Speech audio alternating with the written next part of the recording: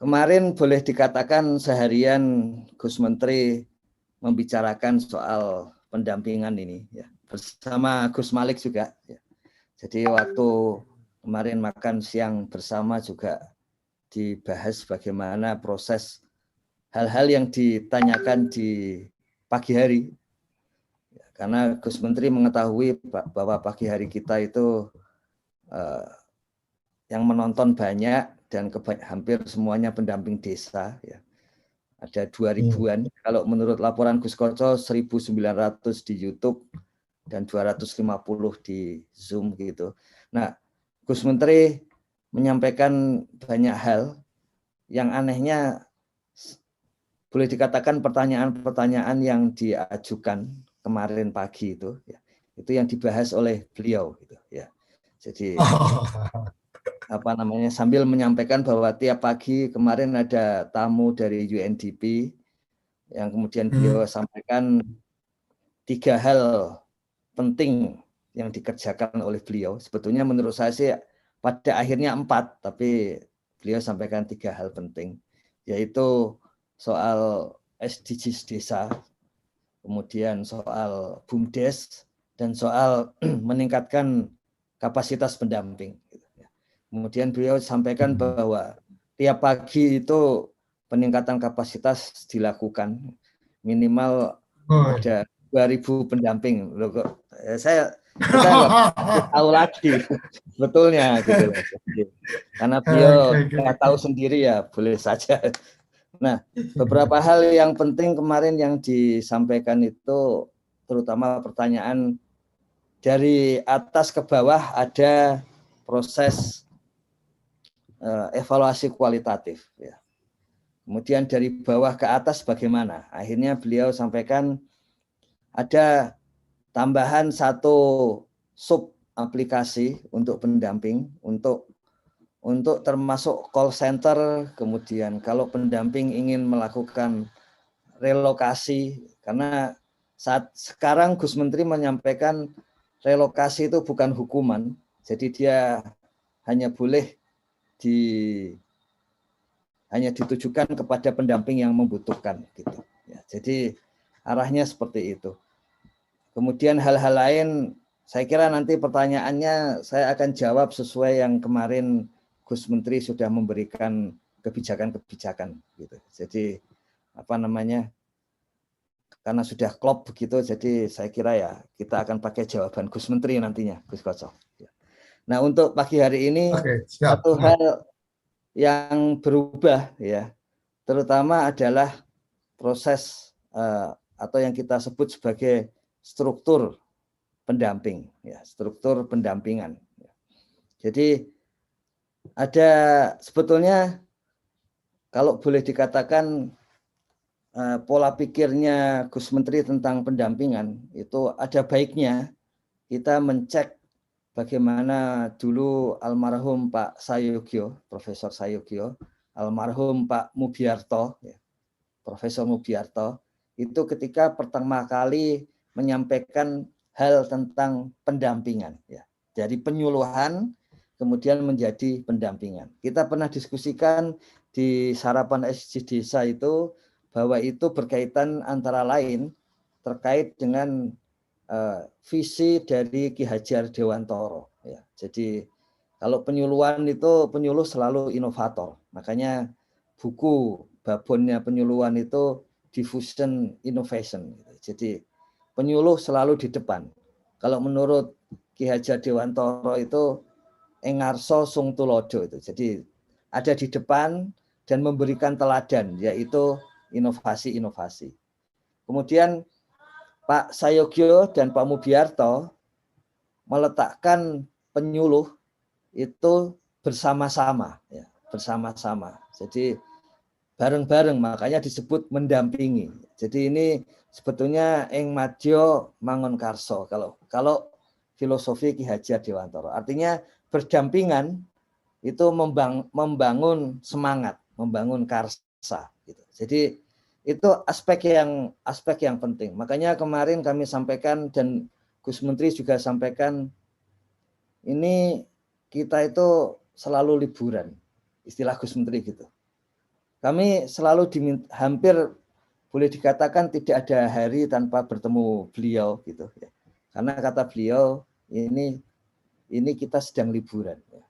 Ciri-ciri liburan itu lebih banyak tertawa daripada merengut gitu. Jadi kalau di ruangan beliau itu memang semuanya dibuat menjadi menyenangkan gitu.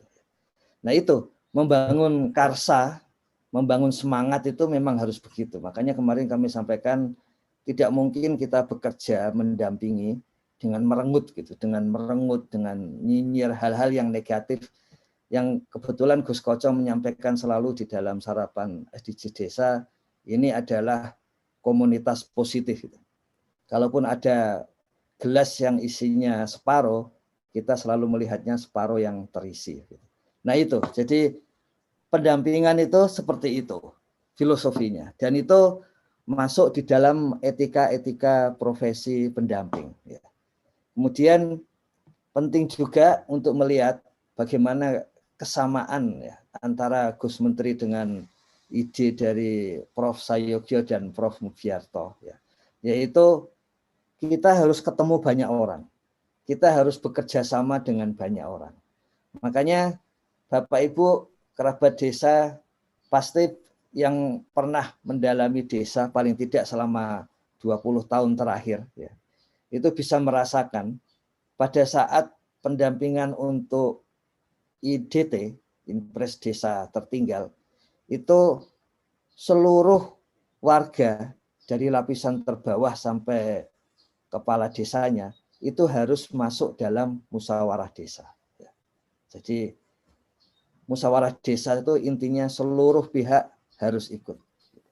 Dan itu kemudian ditunjukkan oleh Gus Menteri dalam musyawarah desa, panduan musyawarah desa yang saat ini sebentar lagi akan disebarkan oleh Direktorat Jenderal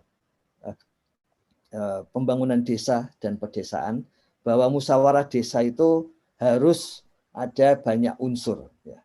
Kita bandingkan dengan pendampingan di masa tahun 2000-an, ya, sesuai dengan usulan dari donor waktu itu, yang namanya musyawarah desa itu harus khusus, ya.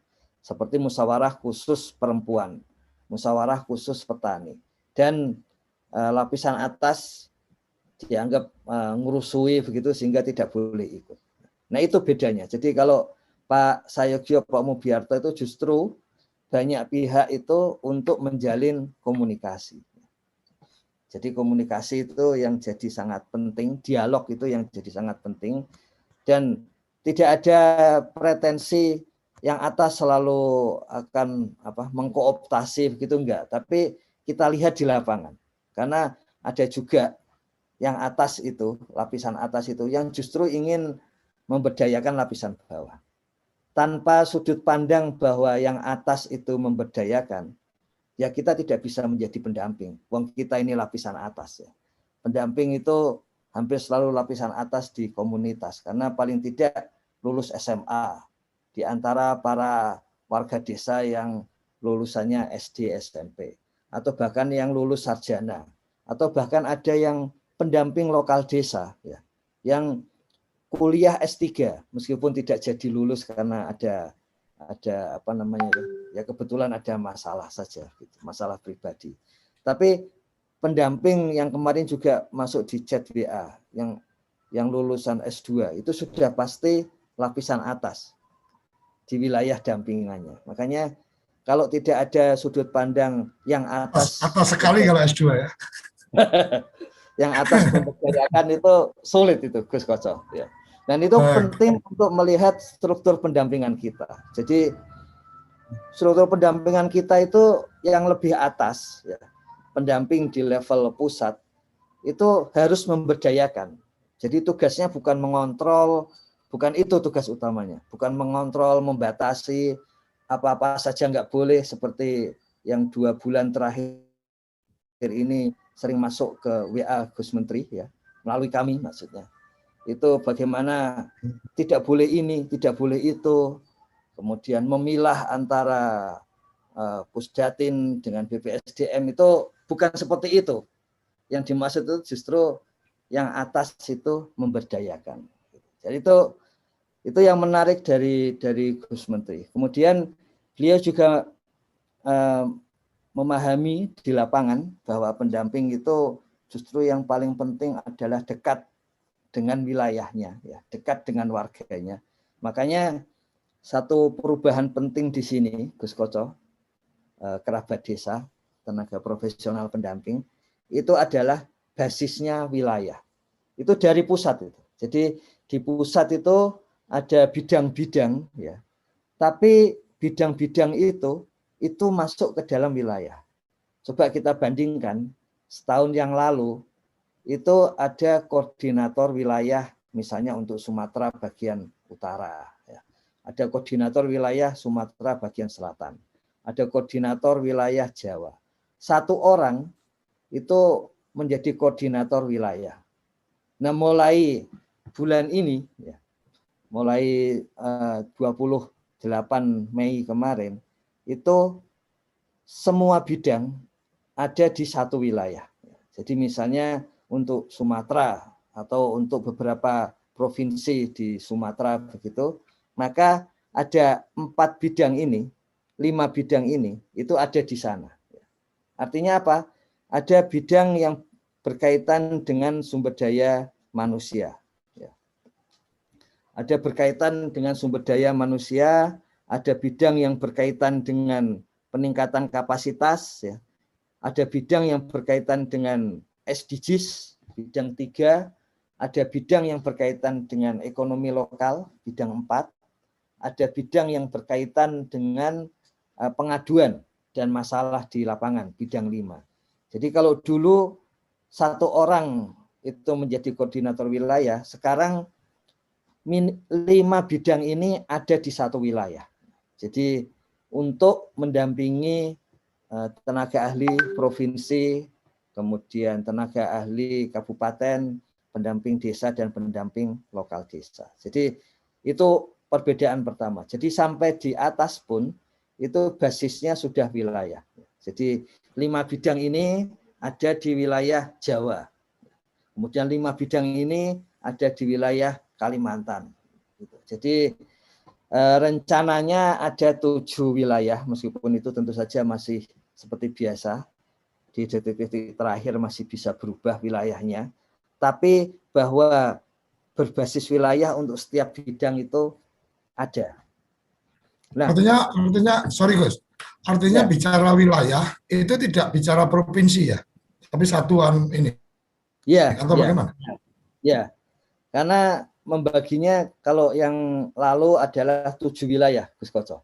Jadi Jawa, Sumatera, Bali, Nusa Tenggara, Kalimantan, Kepulauan Maluku, Papua, Sulawesi, seperti itu. Ya, jadi nanti karena jumlahnya ini sangat banyak, ini sudah menyusut separuhnya dari periode sebelumnya, sudah menyusut separuhnya, tapi jumlahnya sebetulnya masih banyak yang bisa dibagi. Karena kalau 7 kali 5 saja kan cuma 35. Jumlahnya saat ini 50 gitu. Jadi ada sisa yang bisa membuat wilayahnya lebih sempit lagi.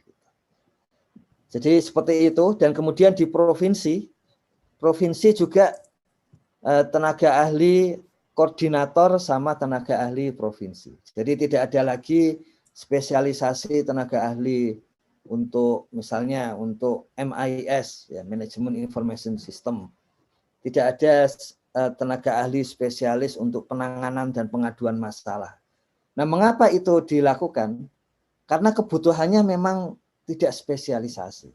Jadi seperti disampaikan berkali-kali, ada dalam berbagai diskusi itu, ada yang mengatakan MIS pendataan itu spesifik, keahliannya khusus. Ya, keahliannya khusus untuk menyusun aplikasi, untuk menyusun database dan sebagainya. Tapi semua proses yang sifatnya khusus itu diselenggarakan oleh kementerian. Jadi begitu Gus Koco, yang kita sebut sebagai pengalihan berbagai tugas dari tenaga pendukung maupun tenaga pendamping itu sudah dialih tugaskan ke PNS. Jadi Karena itu sifat dari tenaga pendukung, kemudian tenaga pendamping profesional itu user dalam hal aplikasi, dalam hal database. Bagaimana dengan ada yang mengatakan spesialisasi khusus untuk pengaduan masalah. Kemudian setelah ditelusuri, tidak pernah kita menjadi pengacara dari desa yang sedang bermasalah. Jadi pendamping desa itu selalu masuk dalam konteks non-litigasi. Dan karena itu seluruh pendamping pada dasarnya bisa. Dan pendampingan untuk non-litigasi itu sangat mudah.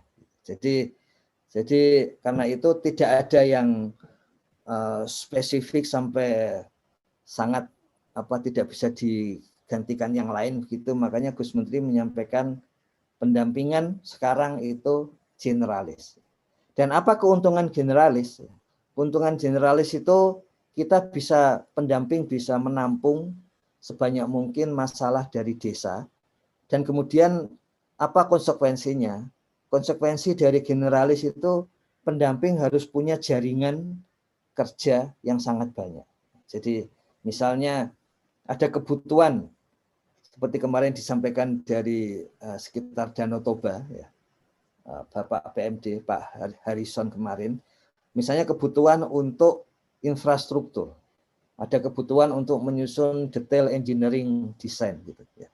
Nah itu prosesnya sekarang, yang ini tenaga pendamping profesional ini harus mulai menyiapkan diri. Prosesnya bukan kita mengerjakan, ya, kalau kita tidak bisa, tetapi kita punya jaringan yang bisa mengerjakan itu. Dan itulah sebabnya misalnya Gus Prof Yoyon, kemudian Gus Koco, itu dan berbagai pihak dalam minggu depan atau minggu depannya lagi itu mulai mendiskusikan protokol teknologi tepat guna masuk desa. Jadi itu adalah gunanya adalah supaya menyediakan bagi seluruh desa dan tentu saja bagi tenaga pendamping profesional itu siapa saja dan di mana saja yang bisa membantu untuk seluruh kebutuhan teknologi di desa. Kemudian nanti setidaknya selang 2 atau 3 minggu berikutnya Kementerian Desa akan menyediakan protokol teknologi informasi masuk desa. Jadi disediakan berbagai jaringan yang kemudian tenaga pendamping profesional itu bisa mengakses jaringan tersebut jika dibutuhkan oleh desa. Jadi ada konsekuensi-konsekuensi dari tenaga pendamping profesional yang bersifat generalis, dan itu sudah disiapkan Gus Menteri konsekuensinya. Sejauh saya sejauh saya sering berkomunikasi dengan beliau itu sejak Desember 2019. Jadi soal yang kita sebut sekarang menjadi SK Menteri tentang pendampingan ini sudah beliau diskusikan berulang kali gitu sejak Desember 2019. Sehingga memang persiapannya banyak meskipun masih ada yang harus disiapkan lebih lanjut seperti biasa. Jadi di provinsi ada koordinator provinsi. Tugas koordinator provinsi ini tugas tambahannya adalah terutama dia soal manajemen. Jadi yang tenaga ahli yang lain itu mengelola wilayah, ya, misalnya Kabupaten A, Kabupaten B, gitu. Sementara koordinatornya itu tugas manajemen, membuat laporan bulanan, kalau sampai ada masalah yang bagian menulis suratnya, surat untuk penentuan siapa yang menjadi tim untuk pengelola masalah seperti itu. Demikian juga di kabupaten, Gus Koco kerabat desa. Jadi di kabupaten ada koordinator yang memang untuk kepentingan manajerial. Tapi selebihnya itu langsung wilayah. Dan apa artinya langsung wilayah itu? Berarti langsung berhubungan dengan tenaga pendamping profesional di bawahnya. Dengan tenaga pendamping profesional di bawahnya itu harus selalu dibina dan ditingkatkan kualitasnya. Jadi tetap tujuan akhir kita ya itu yang P3K atau minimal kalaupun P3K itu masih sulit karena ada komponen tes di dalamnya, ya. Yang ini ada dua rancangan Gus Koco kerabat desa. Yang pertama, Gus Menteri menyampaikan usulan bahwa yang lulus tes P3K itu menjadi P3K. Ya. Tapi yang tidak lulus, maka tetap sesuai dengan Kepmen ini tetap menjadi TPP secara honorer. Jadi tidak ada yang hilang gitu.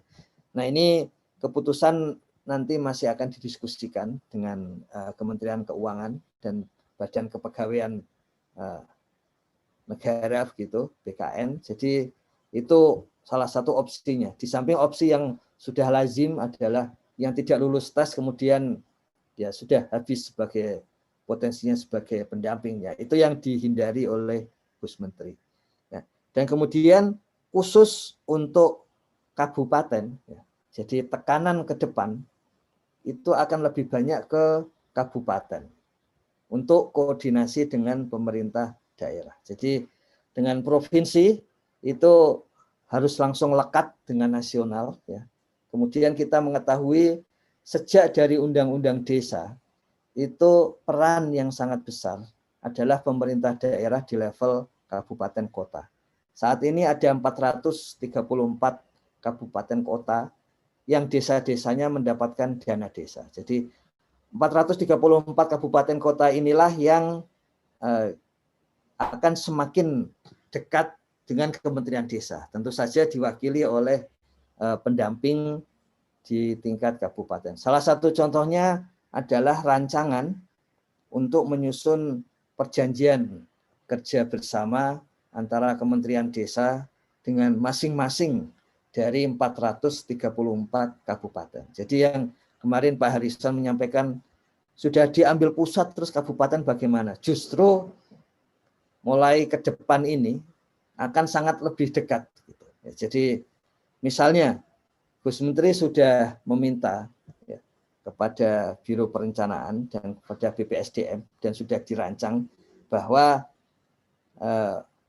perjanjian kerja bersama itu sebetulnya salah satu gunanya, misalnya salah satu gunanya itu bagaimana kalau ada kerjasama kabupaten dengan tenaga ahli di kabupaten, Pemda dengan tenaga ahli. Misalnya rakor, rapat koordinasi untuk penetapan APBDes. Penetapan APBDes itu membutuhkan peran kabupaten.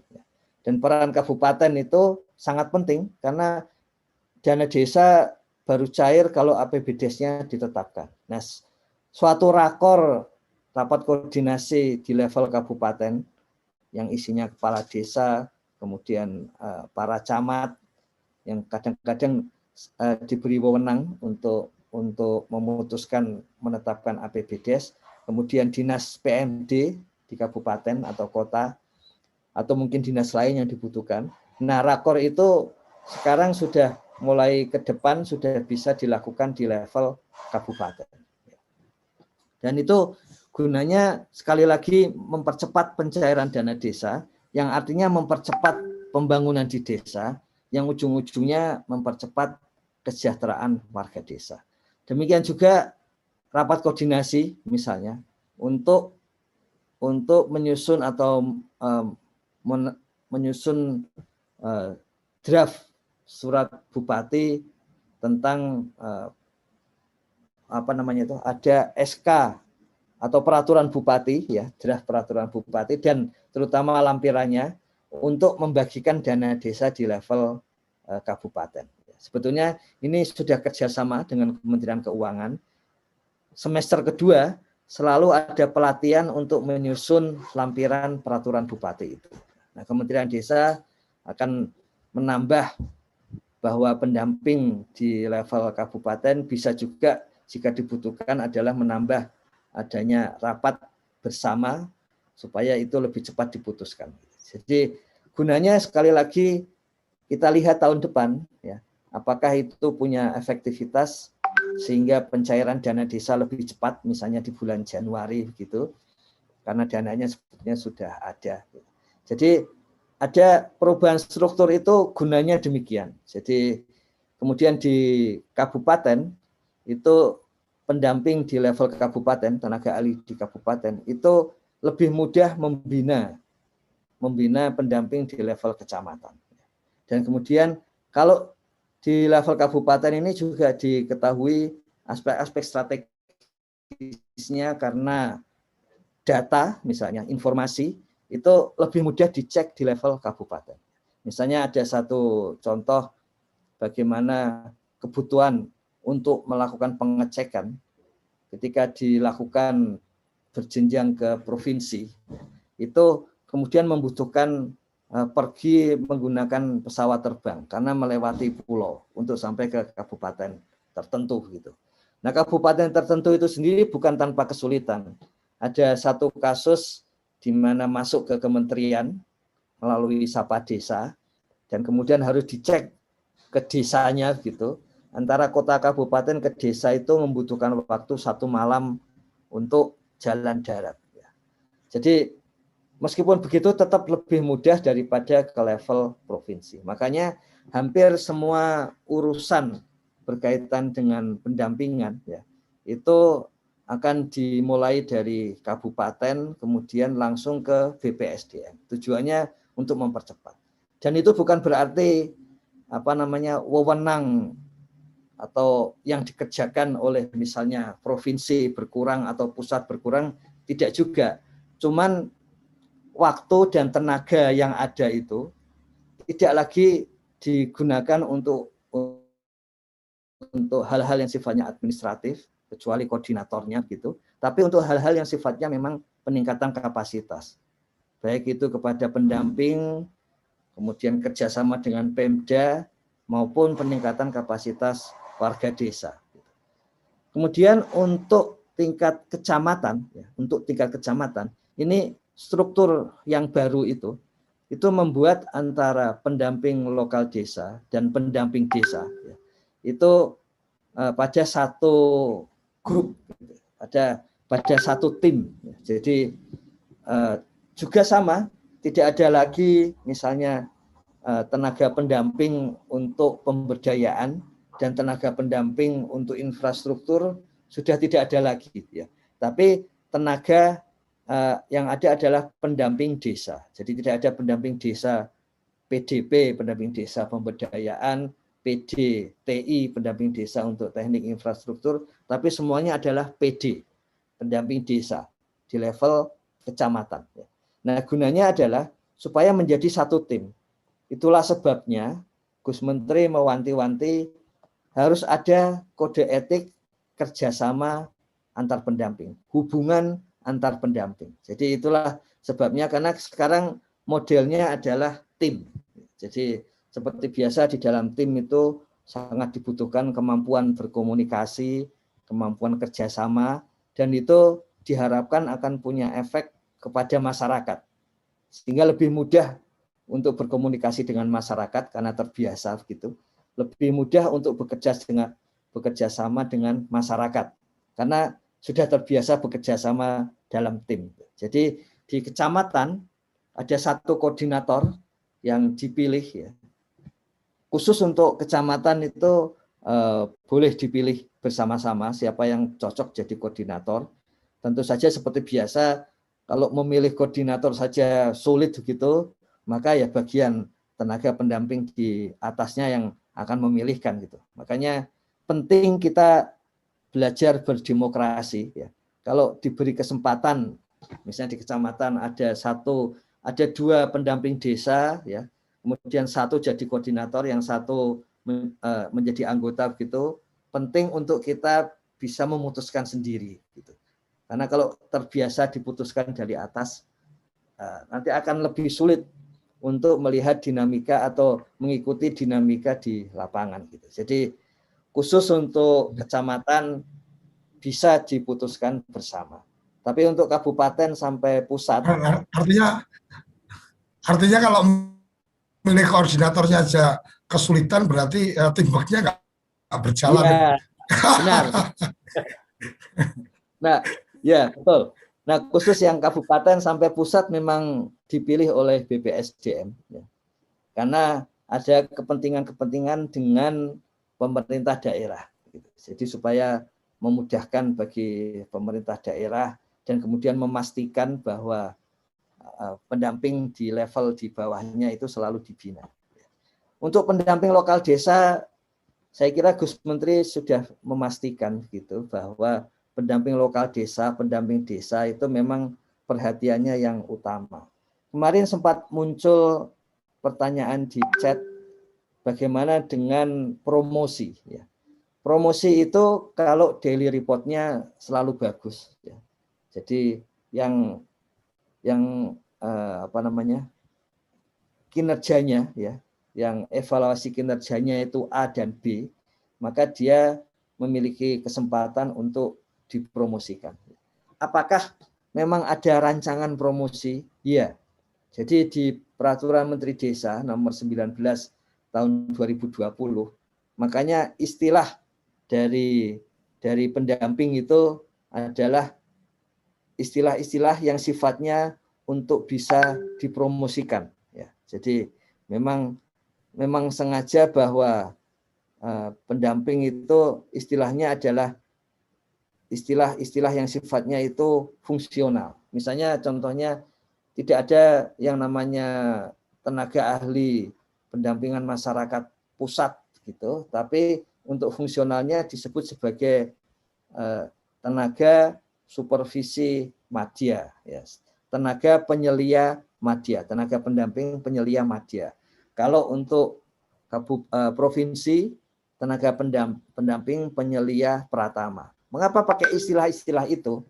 Itu istilah yang dulu diusulkan oleh Pak Sekjen Anwar waktu itu, karena beliau itu dosen di LAN juga, Lembaga Administrasi Negara, bahwa kalau ingin memastikan ada jenjang karir bagi pendamping, maka harus ada konsep tentang fungsional, ya, jabatan-jabatan fungsional bagi pendamping. Makanya di pusat itu madya, di provinsi itu pratama, ya. Kemudian ada tenaga mahir, tenaga terampil, seperti itu. Nah, demikian juga tadi pendamping lokal desa. Harapannya mulai tahun ini pun akan sangat banyak pendamping lokal desa yang bisa promosi ke pendamping desa. Jadi kalau ke depan, meskipun sekarang sudah ada rancangan, tapi masih berbentuk rancangan karena tergantung koordinasi bersama Bappenas dan Kemenkyu untuk pelaksanaan kegiatan itu. Tapi ke depan rekrutmen itu selalu rekrutmen pendamping lokal desa. Mengapa rekrutmennya pendamping lokal desa? Karena yang dikosongkan PLD, pendamping lokal desa di level desa. Jadi kalau ada kebutuhan pendamping desa, ya, maka yang akan dicari adalah promosi dari pendamping lokal desa ke pendamping desa. Ya, misalnya contohnya saat ini diketahui ada kebutuhan satu pendamping di level kabupaten. Itu sudah pasti bentuknya bukan rekrutmen baru, tapi promosi dari pendamping desa ke pendamping lokal desa. Ada paling tidak dideteksi oleh Bappenas dan Kemenkyu ada 800-an lokasi yang harus diisi, ya. Maka itu pasti lokasinya khusus untuk pendamping lokal desa. Karena kalau di sana sudah ada pendamping lokal desa tapi PD-nya kosong, maka itu yang mengisi pendamping lokal desa setempat.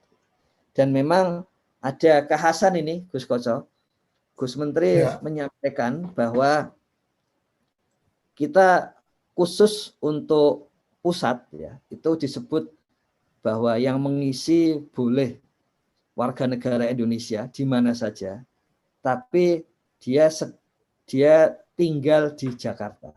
Jadi dia harus tinggal di Jakarta. Yang provinsi. Itu yang pusat, ya. Yang pusat, ya. Kalau yang provinsi itu sudah pasti KTP-nya harus KTP provinsi setempat. Jadi seperti itu. Kemudian yang kabupaten itu juga harus kabupaten setempat. Bagaimana dengan kecamatan? Rekrutmen ke depan, kalau ada rekrutmen, ya, karena rekrutmen itu membutuhkan persiapan dan kesepakatan berbagai kementerian itu sebetulnya. Tapi sudah dipastikan di dalam keputusan menteri ini bahwa pendamping di kecamatan yang kita sebut sebagai PD, pendamping desa itu KTP-nya harus KTP di kecamatan tersebut, atau KTP di kecamatan sekitarnya. Jadi seperti itu. Pendamping lokal desa itu bahkan lebih strict lagi, adalah warga desa tersebut atau warga desa yang berbatasan dengan kebutuhan pendamping lokal desa. Jadi dibuat seperti itu, bahwa kemarin memang ada pendamping lokal desa di A, ternyata dia bertugas di kecamatan yang lain yang jauh gitu, itu tidak diubah ya. Tapi oleh Gus Menteri diberikan jalan, yaitu jalan untuk relokasi. Nah, jalan relokasi itu harus diusulkan oleh pendamping. Jadi Gus Menteri menyampaikan relokasi itu bukan hukuman. Khawatirnya direlokasi ke tempat yang jauh, ke tempat yang itu karena ada tidak sukaan gitu. Sekarang tidak mungkin ada lagi seperti itu, karena relokasi itu adalah usulan dari pendamping. Ya. Jadi misalnya. Artinya kalau ada relokasi itu karena permintaan dari pendamping. Tidak akan pernah ada relokasi tanpa permintaan pendamping. Kira-kira gitu, Gus. Ya, benar Gus. Jadi memang sempat muncul sinyalemen, ya, misalnya, lu kok tiba-tiba direlokasi, padahal dia bagus di situ. Sampai kepala desanya mengirim WA ke Sapa Desa. Gitu. Jadi hal-hal seperti itu diperhatikan oleh Gus Menteri. Ya. Ini kepala desa itu ada yang mengirim WA, ini pendamping saya kok nggak pernah ada. Ya. Sampai kemarin ada yang ngirim gitu, tapi sebaliknya ada juga kepala desa yang mengatakan ini pendampingnya kami sudah klop, kenapa dia dipindah. Gitu. Nah, jadi itu hal-hal yang diperhatikan Gus Menteri, yang WA-nya selalu kita jawab juga karena memang itu amanat gitu ya. Kalau sampai desa mengirim WA ke Sapa Desa berarti memang butuh gitu, sehingga harus dijawab oleh tim. Jadi seperti itu Gus Koco, dipastikan bahwa misalnya contohnya ada yang mengusulkan relokasi karena suaminya atau istrinya bertugas di sana gitu. Jadi itu oleh Gus Menteri disampaikan yaitu manusiawi, jangan sampai hal-hal seperti itu dipersulit gitu. Tapi jangan sampai kita justru mempersulit juga, misalnya merelokasi orang yang memang tidak di wilayahnya. Jadi aman untuk relokasi ke depan. Ya, jadi kalau sekarang masih ada yang mengatakan kami tugasnya masih jauh dari tempat kami, ya kondisinya saat ini seperti itu. Nah, bagaimana cara menyampaikan relokasi? Gus Menteri menyampaikan bahwa nanti dengan adanya kondisi yang terbaru selama 2 hari ini ya, dari hari Minggu ya, dari hari Minggu sampai ke kemarin itu Gus Menteri melihat berbagai WA yang masuk ke kementerian ya dari pendamping ini. Nah, itu Gus Menteri menyampaikan kita akan susun semuanya dalam satu aplikasi khusus untuk pendamping. Jadi untuk internal pendamping. Jadi perluasan dari aplikasi yang ada sekarang dari Daily Report ini, itu aplikasi yang khusus di antara pendamping. Jadi sehingga memudahkan pendamping yang di dalam Kepmen ini yang ingin melakukan relokasi, maka menyampaikan kepada BPSDM.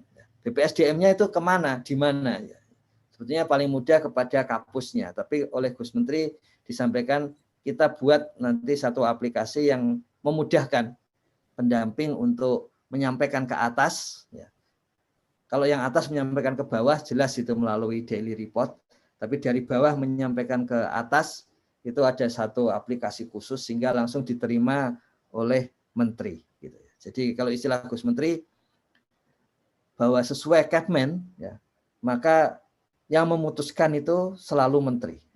Meskipun untuk hal-hal tertentu beliau bisa menyampaikan atau mengalihkan keputusan itu kepada pihak lain. Ya. Dalam hal ini BPSDM. Tapi pada dasarnya tetap beliau yang akan memutuskan. Jadi beliau menyampaikan misalnya sampai harus memutuskan usulan-usulan PLD itu tetap akan dilayani. Kalau memang itu khusus gitu kan. Khusus misalnya contohnya ada kebutuhan di Anambas dan Natuna. Kalau memang itu keputusannya harus dari menteri, maka menteri akan ikut memutuskan. Jadi itu satu tanda dan satu tanggung jawab beliau sebagai pihak yang paling atas. Yang kalau kita lihat dalam struktur ini, ya, itu pendamping langsung bertanggung jawab kepada Menteri Desa, dan itu ditangani sepenuhnya. Begitu, Gus Koco, kerabat desa. Jadi itu hal-hal yang berkaitan dengan struktur yang memang ada perubahan besar, dan memang pasti dalam minggu-minggu ini ada peralihan lah untuk mencapai struktur ini.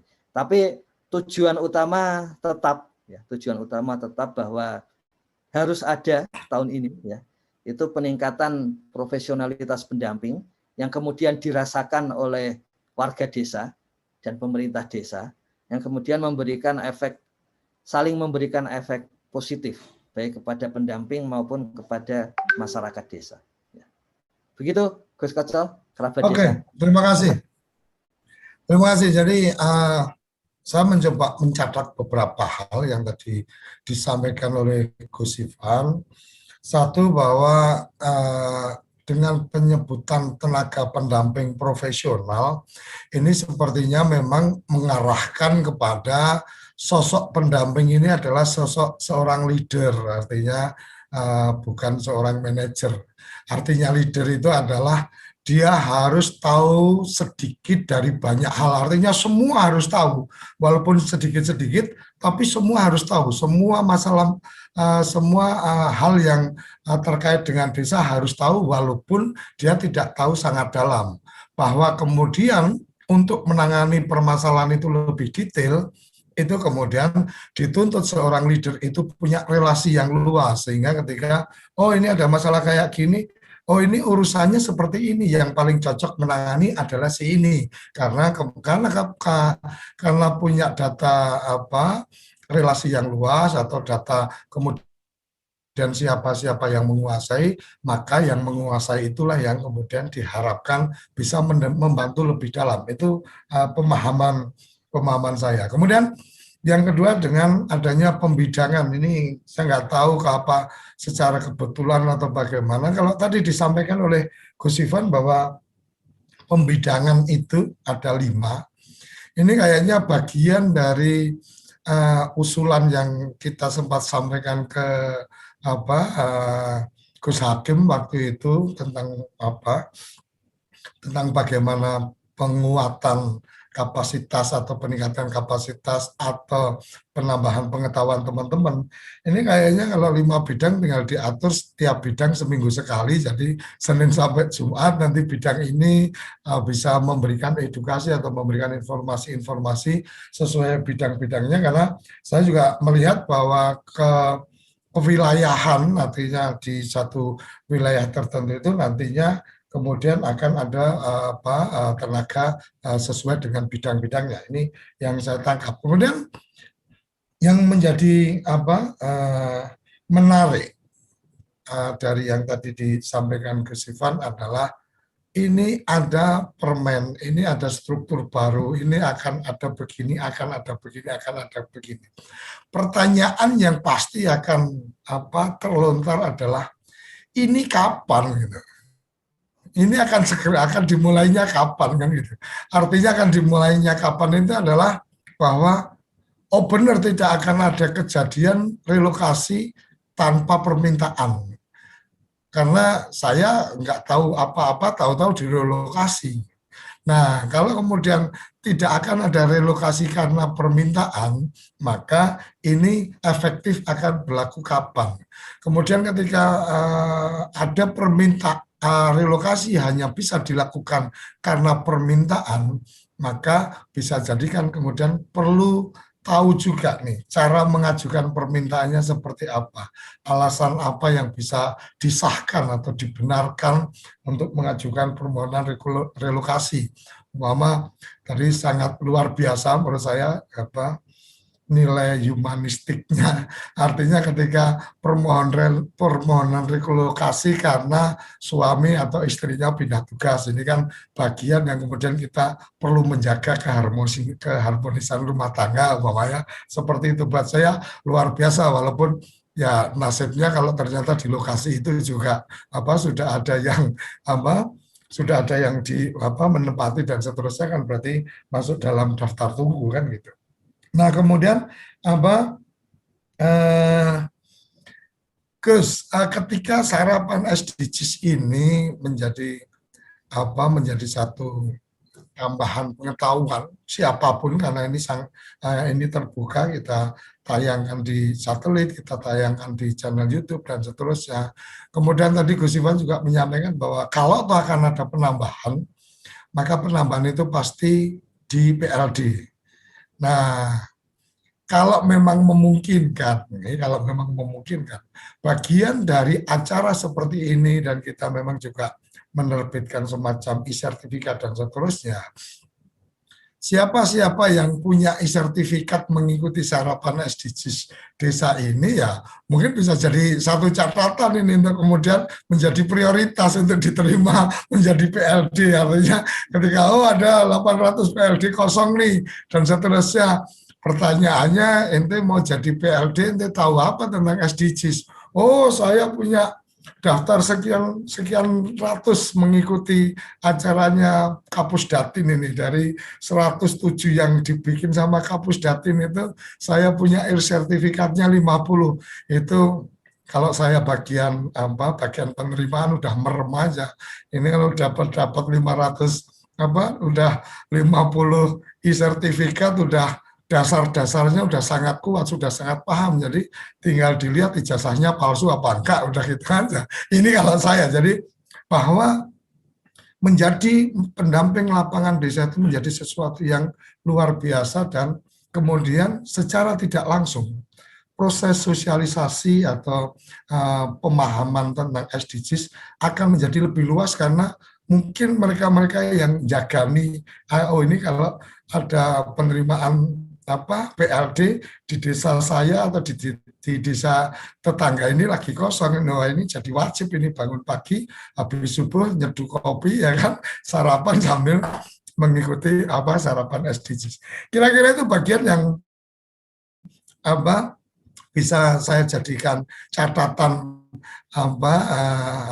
catatan penting, atau dari catatan-catatan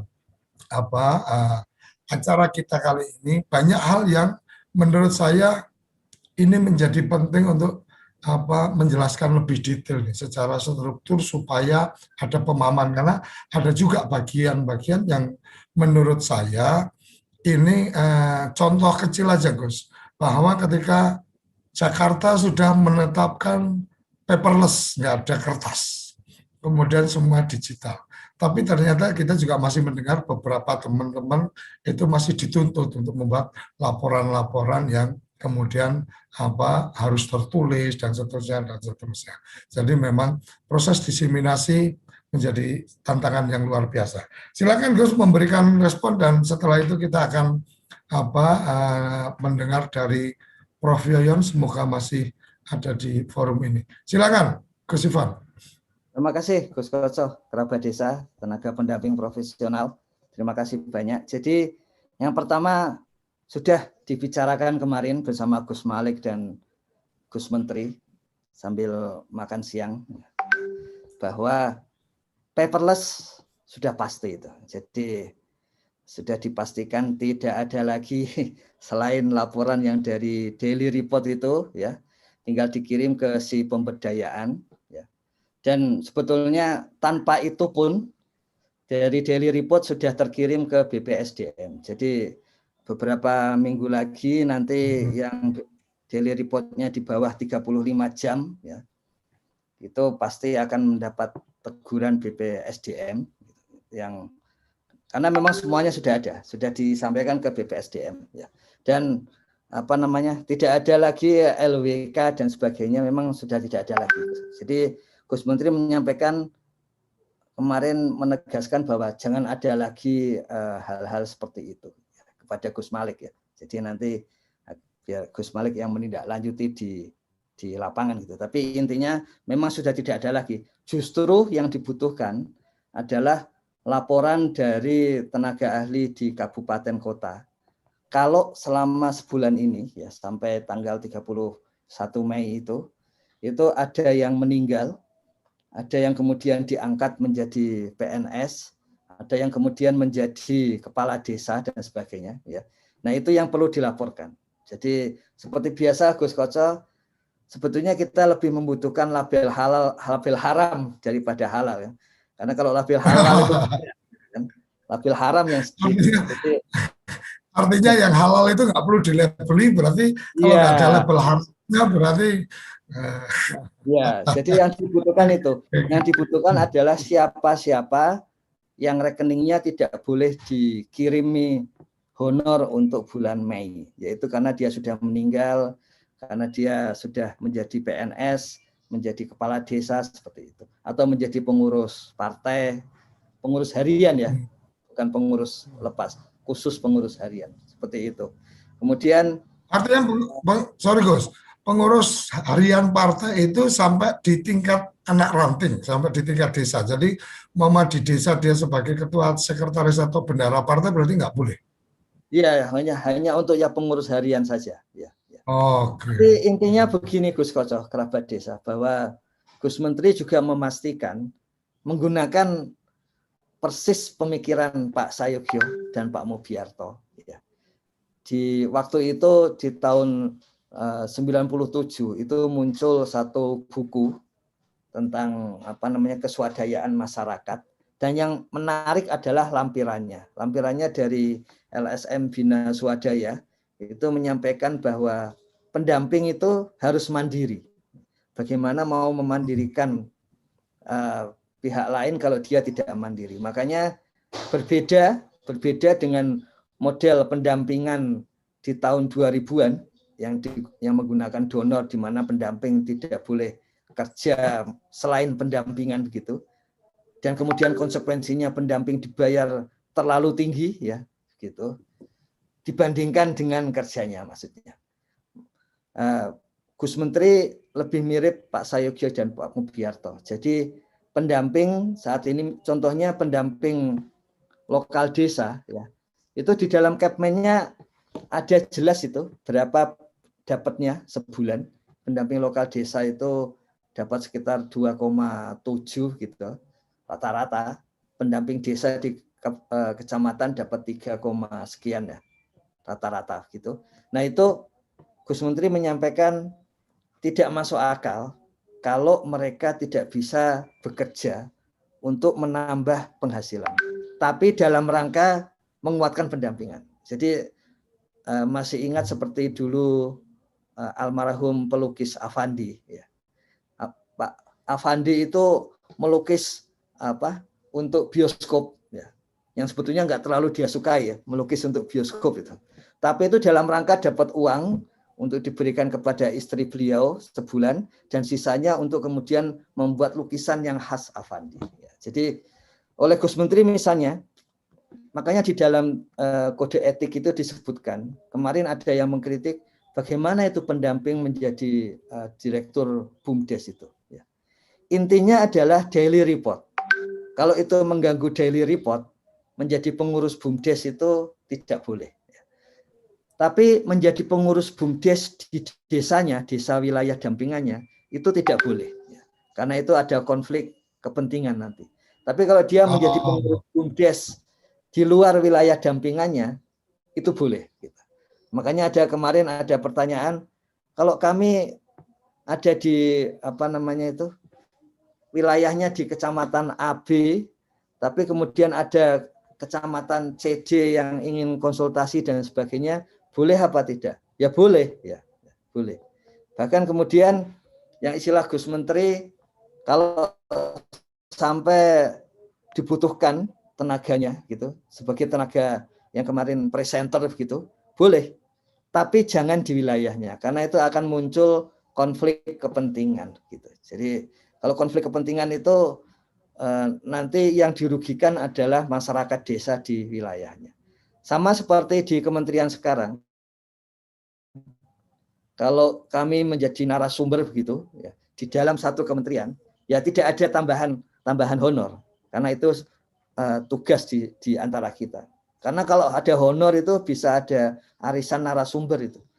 Saya dibayar ke sana, nanti saya gantinya itu. Jadi kalau keluar kementerian boleh ada honor. Jadi seperti itu. Saya kira benar itu yang di chatting mengatakan ini kan belum ada UMR. Nah itu yang diperhatikan Gus Menteri. Kemudian kapan terlaksana Gus Koco? Kemarin sudah Gus Melek sudah ditugasi Gus Menteri, pasti akan terlaksana di bulan ini Gus Koco. Surat perintah tugas sesuai wilayah itu. Oke, Matur nuwun. Tanpa terasa waktu sudah di penghujung ini, saya melihat wajah-wajah yang di Zoom meeting ini serius semua memperhatikan. Cuma sayang memang Mas, ada beberapa pasti yang pengen disampaikan. Kita masih tetap bisa